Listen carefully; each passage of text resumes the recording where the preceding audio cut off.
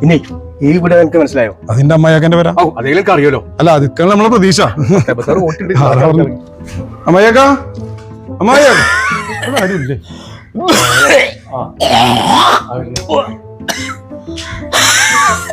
അസ്സലാമലൈക്കും. ഇന്ന് മനസ്സിലായില്ലേ? നിങ്ങളെ മാളവാക്കാന്റെ മകനെ ആ മുനീറേ. അമ്മായില്ലേ ഇവിടെ? ഒത്തിരി ഇവിടെ അമ്മയൊന്നുമില്ല, ഞാൻ ഒറ്റയ്ക്ക് തന്നെ ഉള്ളു. വണ്ടിയൊക്കെ ഒന്ന് വാങ്ങിയില്ല? ഇത് വെജായി എന്തെങ്കിലും ഉണ്ടോ? എനിക്ക് കുഴപ്പമൊന്നുമില്ല. എന്താ ഇപ്പൊ ഇങ്ങോട്ട് പോന്നേ? അമ്മയൊക്കെ അറിഞ്ഞില്ലേ ഈ വാർഡിൽ ഞാനാ നിൽക്കുന്ന പ്രാവശ്യം? സംഭവമൊക്കെ ഞാൻ അറിഞ്ഞിരിക്കണ.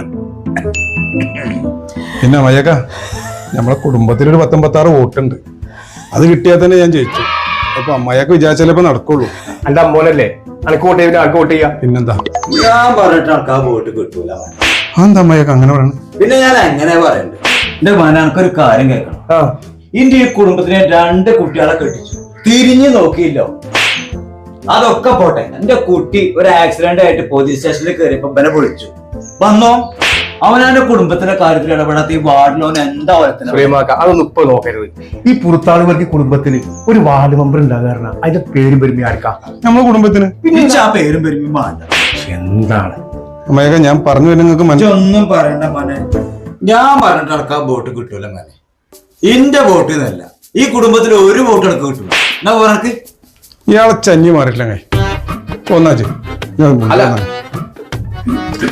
അതെ സുലൈമാക്ക, ഇപ്പൊ ഒന്നിച്ചിട്ടുള്ള സമയമാണ്. നിങ്ങൾ വല്ല പാടത്തുമല്ല മണ്ണിട്ട് നേരത്തില്ലെങ്കിൽ എന്തെങ്കിലും ഒരു ഓനെ കൊണ്ട് കിട്ടൂല. ഒരു മെമ്പറായാലും ഞാൻ ഓനെ കൂട്ടി വൈകുന്നേരം ഒന്ന് വരാം. വൈകുന്നേരത്ത് ഇറങ്ങണ രാവിലെ. അല്ല ഓന്റെ അമ്മാനെന്ന് കണ്ടോട്ടെ. അമ്മായിനെയും കാണണ്ട, അമ്മായി കാക്കാനെയും കാണണ്ട. വോട്ട് കിട്ടൂല ഇവിടുന്ന്. മുനീറേ, മുനീർ എന്താ ഇപ്പൊ ഇത് കഥ? എനിക്കറിയില്ല. എന്റെ കുടുംബത്തിന്റെ 56 വോട്ടാണ് ഈ വാർഡിലെ ഏക പ്രതീക്ഷ. അത് കണ്ടിട്ടാണ് എന്നെ നിർത്തിയതും. ഇതിപ്പോ എന്റെ കുടുംബത്തിനൊക്കെ വോട്ട് ചെയ്യില്ലെങ്കിൽ പിന്നെ ആര് വോട്ട് ചെയ്യാനാ? ഇത് കയ്യിൽ നിന്ന് പോയിട്ടോ. അപ്പൊ ഇജ്ജല്ലേ പറഞ്ഞത് പൈസ ഉണ്ടെങ്കിൽ ഈസി ആയിട്ട് ജയിക്കാം? അതെ, പൈസ ഉണ്ടായതുകൊണ്ട് മാത്രം കാര്യമില്ല, ജനങ്ങളായിട്ട് സമ്പർക്കം വേണം. അതെനിക്കില്ല. അല്ലാതെ ഈ വോട്ടിന്റെ സമയത്ത് മാത്രം ഇത് കയ്യും കാലും പിടിച്ച് കക്കൂസ് ഉണ്ടാക്കി തരാമെന്ന് പറഞ്ഞാലും വോട്ടിട്ടൂല. ആ കാലൊക്കെ മാറിയിരിക്കണ്.